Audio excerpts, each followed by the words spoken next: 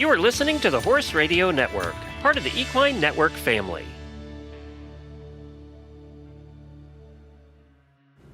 This week's episode is part of a 4-part series for our Mental Health Awareness Month taking place in February, which will provide information on the many ways horses can help us heal.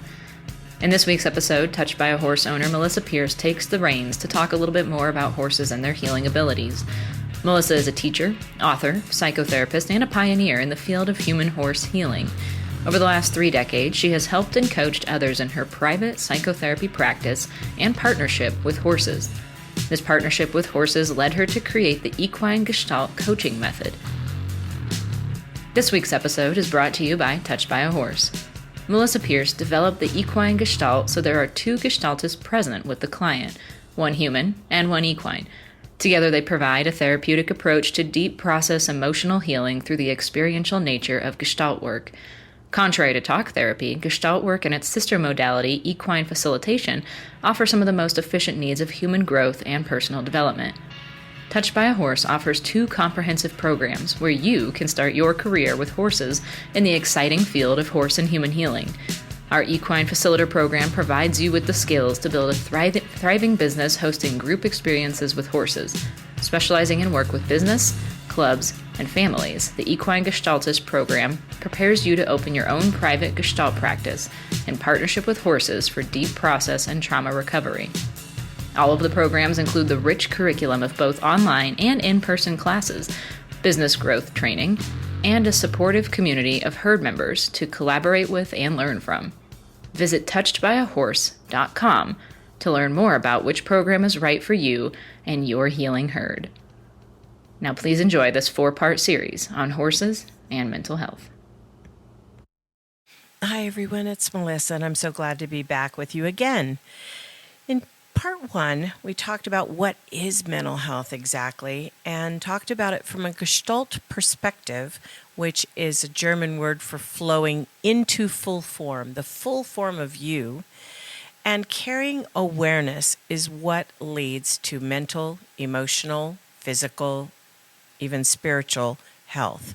So we're looking at mental health right now, and we looked last week at introjects and kind of what you do with some of those things that you may have experienced being thrown at you before and you needed to overcome in this life.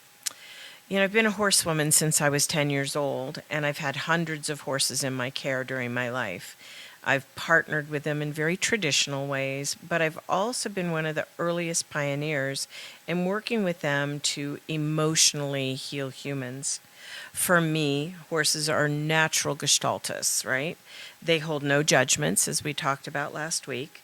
They live in the present moment, which when we have a depression or a sad thought, it's usually because we're reflecting on something that's already happened. And when we have anxiety, it's because we're working ourselves up about something that may happen in the future. Horses stay right here with us in the present moment. And they're keenly aware and expressive of their own, what we call somatic energy fields, and are highly self-aware of who they are. So they show up honestly, and they interact with each other or a person in a very honest way. And so all of that, they're seeking our authenticity, they're seeking our congruence, which we'll talk about in another episode. They're seeking exactly where we are in that moment in time. And I love that about them. I think it's why so many of us can't quite put in words what the magic is of horses, but so much of the time, if we drop out of the need to consistently relate with them in a training format and start relating to them being to being, that we learn a great deal about ourselves and who we are. You know, if somebody asked you to become their friend and you just met them and they decided they would want to be friends with you. And so after a little while, you learn that while you like them, that everything is done when they want to do it. They choose the time, the place, how long they're with you, what the two of you do when you're together, whether you're doing it right or wrong, good or bad. They do all of it with a focus that you need to get better, you need to learn, you need to listen better, then I'm not sure how tight that friendship would become. You might be willing to accept it and go along with it, but would you really call it a bond or a friendship? Probably not. And too many times when I have 75 boarders at my boarding farm, I see that. And when I'm at the horse shows, I see that, where the people have forgotten that this is a feeling being that you're with, and therefore they rarely show up, if ever, to say, hey, it's not always about my agenda, my timeline, the length of time, what we do, how we do it, and it's not always about making you do it better. That I want to have a more reciprocal relationship with you. So it's a pretty easy fix. Horses are incredibly gracious to us and our way of being between our ears.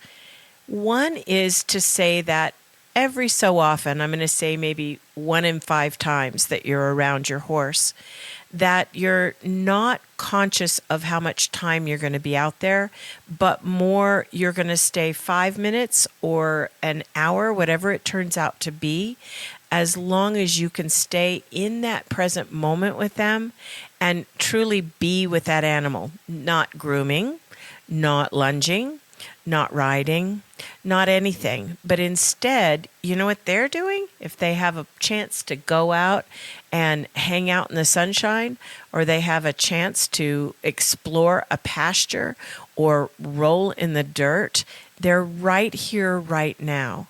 So if you have a chance to go out and be with your horse in a setting where it's safe, but in a setting to say, I am going to feel the earth under my human feet. I'm going to feel the wind and the temperature on my skin. I'm going to pay attention to my heartbeat. I'm going to pay attention to the trees and the world around me. I'm going to pay attention to you, your tail moving back and forth. When you walk a certain direction, I may decide to walk slowly along with you. And the truth is, they are slow animals. They are not moving at the pace that our brain demands that we move. And our own mental health does suffer from the expediency, which we feel we have to get everything done. Whether it's getting through traffic as quickly as we can or getting through the grocery store as quickly as we can, we push and push and push and push and push all the time. Your horse, whether he's living in a box stall and comes out to be ridden, or he's living in a pasture and hanging out in nature, either way, when people aren't around, they're breathing, napping, paying attention to the world around them. They can feel the tiniest little fly land on their back. They know their body. They breathe deeply in and out, and they move slowly. Their mind moves slowly. They're always ready to defend themselves. It's not like they're defenseless in that way. But if they feel safe, they're moving with a flow and a fluidity that is very gentle and kind.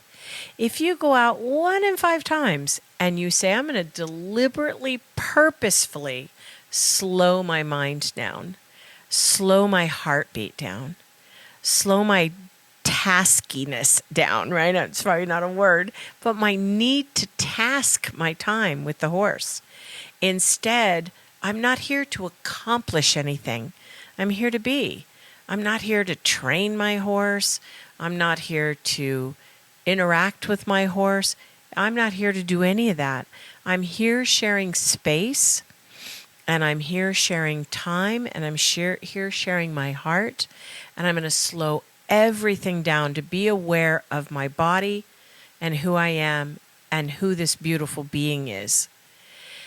When we do that, the horse doesn't always trust it right away, because if you don't have a habit of being in mindfulness around your horse, of occasionally stopping yourself, taking those deep breaths and dropping all the to-do list down, if that's not how you've been with them, it takes a few times for them to say, oh, I didn't know you had the ability to be in the world. I thought you were always accomplishing something, always had a to-do list and a watch and all of that.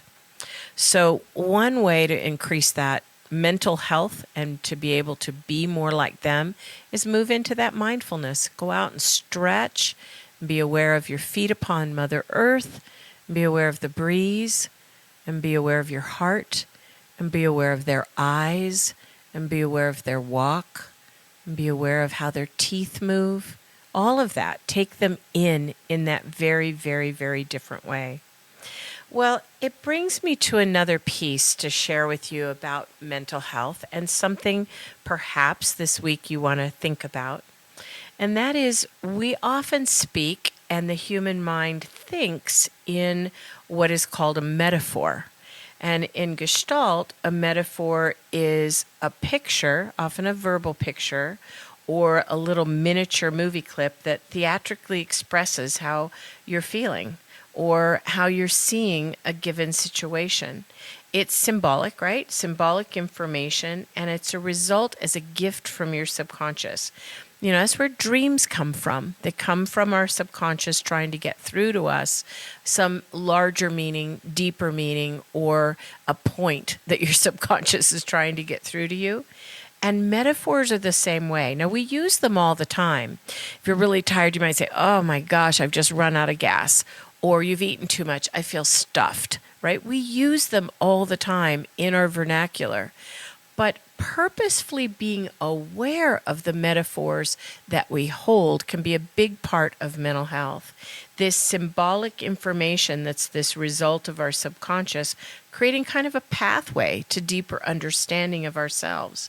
So in Gestalt, we pay attention to metaphors. We pay attention to what they are, to how we're using them, when we're using them, and being able to bring some additional self-awareness because of them. So one that I could challenge you with is, how would you answer this? Life is. What's your metaphor for life? Life itself. Life is ... Would you say life is a game with rules and win and lose? Would you say life is a school? We're here to learn lessons. Would you say life is a nightmare because it's struggle after struggle?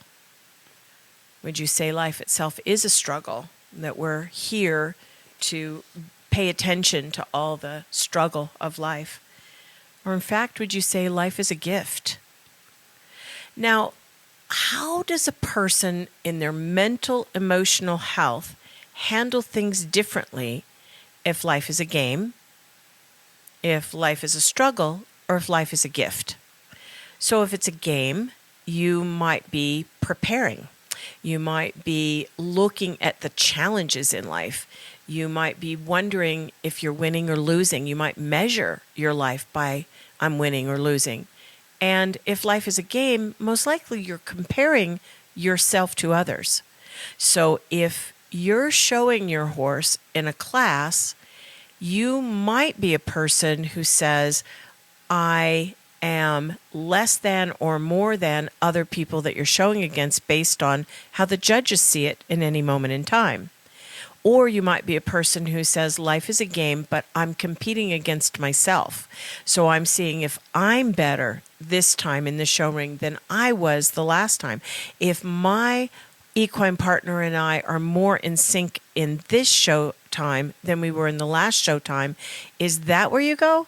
Or do you go to, I need to beat Susie and Mary in order to feel that I'm doing better? So how do you hold this precious thing we call life? If you hold it as a series of struggles, and there are people in the world that see it that way, then what we focus on expands, and you're focusing on the struggles, and you're focusing on the challenges, and you're focusing on how hard things are and how difficult they are and why things don't work out for you and all of that. That affects your mental health, doesn't it? That metaphor. How about life as a gift? If you hold that your very life is a gift, maybe you've been through cancer treatment and you're now healthy. Maybe, like myself, I lost my daughter 10 years ago. And trust me, life is a gift. We never, ever know when our time is up. If we hold it as this precious experience and this gift, do you think we move through it differently? Do we move through our day saying, how blessed am I to have this beautiful being in my world that I'm allowed to get to know and that I care for and that cares for me? My horse is a gift, right? Are horses for you? My horses are they a tool? Are they a friend? Are they a means of transportation? Are they a competitive edge? What are they to you? What are horses to you? Horses are, to me, myself, horses are gifts to me. They are healers in my world. They are my most trusted confidants. They are my highest integrity friends. So listening to that language of metaphor, like I say, we say it all the time. We say a lot of metaphors. And paying attention to that is one way to do it, gaining more awareness, right, around that. But how are you using these metaphors to do it? Another way to look at our mental health around horses, many people board their horses in places with other people that ride together, which can be a lot of fun. I have owned 3 very large boarding facilities, one in Arizona, 75 boarders. There, most of the time we all had a lot of fun. We brought the Sunday paper, used to be a big, thick newspaper, down on Sunday mornings, pots of coffee, some donuts. We all had the morning greeting together and then talked about our blessings, saddled up, went for a nice trail ride, worked our horses out, gave them all baths. It was a great communal day in the community. And other times, because people are people, there were people that didn't get along or that weren't happy about something. There's a word in vocabulary called commiseration. And commiseration means one person isn't happy about something and they're verbal about it. And in order to be a good friend or in order to remain with them or in order to feel part of the discussion or a part of the leaning, we will commiserate. So one person says, oh, I just think my horse is getting too old to do this performance stuff anymore and I'm not very happy with him anymore. And if you're the person that says, yeah, mine's getting older too and I don't know what to do about it, if you commiserate, you join them in their misery, then it becomes 2 unhappy people, which can spread to more unhappy people, right?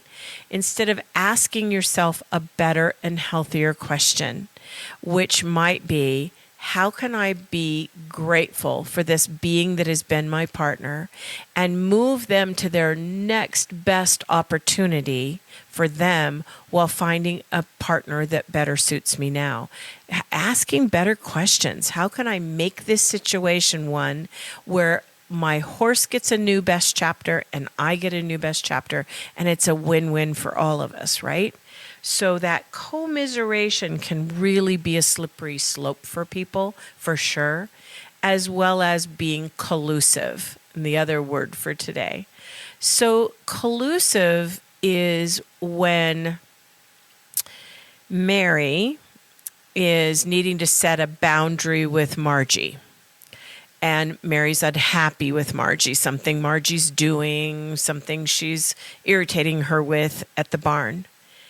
And instead of Margie going directly to Mary and saying, hey, could we take a little walk for a second and have a talk? I want to tell you my truth about where I am with this behavior and wondering if we could openly talk about it and see if there's a way to change how we're both relating to this. Instead of being able to do that, Mary doesn't have a chutzpah. She doesn't have it in her to do that. So Mary takes it to Susie and talks about Margie. Margie parks like she does, and I don't like where she parks her car, and it's really hard for me to get my tack in and out of my trunk when I'm trying to do that, and she just irritates the snot out of me. That kind of stuff. That's collusion. That's trying to get somebody on your bandwagon to be mad at somebody else. And sadly, as people, we did that in junior high. We hopefully learned that lesson in junior high to stop doing that, but not everybody does. At a boarding barn, that can be happening. And instead, for Susie to not make her friend Mary wrong, but to say, Mary, I really support you in going directly to Margie and speaking to her about this. She may not realize she's parking that way, and so I support you in doing that. Rather than Susie saying, oh, I know, Bill parks really sideways too and takes up 2 spaces. Rather than joining into the misery, mental health is about saying, I know how I feel about something, and I need to go directly to the person who can change it or can hear me or can see.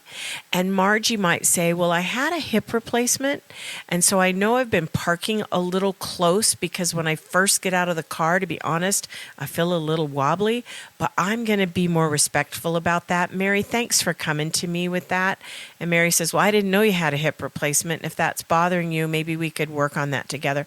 There's a lot of misunderstandings in the world where we make stuff up about people, and we make stuff up from a not very healthy place. So I would say being in kindness, going directly to somebody who it involves, not to a third party, can just clean it all up. Not being collusive, not being commiserative, not moving into that, and paying attention to the metaphors we're using in our brain and how we're holding and looking at life all the way around. Yep, we're going to talk about self-talk next time, and I hope this is helpful for you. Let me give you one thing to go out with your horse to do today. I promised Horse and Rider I would do that at the end of each podcast, and I love doing it. Today, I would love, or the next time you're out with your horse, love to have you raise your consciousness around your breathing. You don't have to do it the whole time you're with your horse, so don't worry about that. But when you first come into contact with your horse, whether you've already got them on a halter and lead, you need to go somewhere more private, or you step into their stall, whatever your personal situation is, if you will breathe in to the count of 10, hold for 5, and out for 15. So you're going to breathe in 1, 2, 3, 4, 5, 6, 7, 8, 9, 10. Nice big full breath. Hold for 5 and out. 1, 2, 3, 4, 5, 6, 7, 8, 9, 10, 11, 12, 13, 14, 15. Breathe out as if you're breathing out more than you're breathing in. Do 3 to 5 breaths like that. Conscious of your body, conscious of your heart, conscious of filling that bottom third of your lungs. See them like balloons. You're expanding them, not in the shallow breathing, but in big, deep, deep breaths. Now, a lot of horses, the first to the 4th time you do this, when you square off with them, open your heart, hold a happy thought. I am so blessed to have this beautiful animal in my life.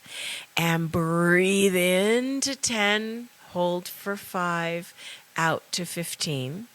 When we do that, expanding our lungs like that, pay attention, because most horses will observe you doing that, and they too will take a big breath and let it out. So it's kind of fun. That's their way of honoring, like, oh my gosh, you are here, you are present, your mind is relaxed, you're home to me, you've just picked up the phone, I feel good with you, because you're in your body, learning to hear your heart and everything as you're feeling. Do you know that takes us maybe 90 seconds to do? So take that first 90 seconds with your horse. You can do it again when you get on their back. They love that. When you first get on their back, you place those feet in those stirrups, and before walking off or going anywhere, you take 3 big cleansing breaths like that, and you will see your horse relax his neck, relax his ears, relax everything. He's now fully with you. You're in the present moment. What would you like to do next? really challenging time is right when you're at the in gate and you're the next one on call to go perform, but it will enhance your performance to do that. Thank you for joining me this week on the ride, and I hope that your mental health becomes happier and more clear as we go through the series. Thank you so much. Bye. Visit touchedbyahorse.com to learn more about which program is right for you and your healing herd. Thank you for tuning in to the Rides Winning Insights Minisode podcast. We hope you enjoyed this minisode. Please be sure to subscribe wherever you listen to podcasts and follow Horse and Rider on social media and at horseandrider.com to see all the cool things that we're up to. If you have any comments or questions, please be sure to hit us up at horseandrider@equinenetwork.com. We love to hear from you guys. And if you love what you're listening to, please be sure to leave us a review on iTunes.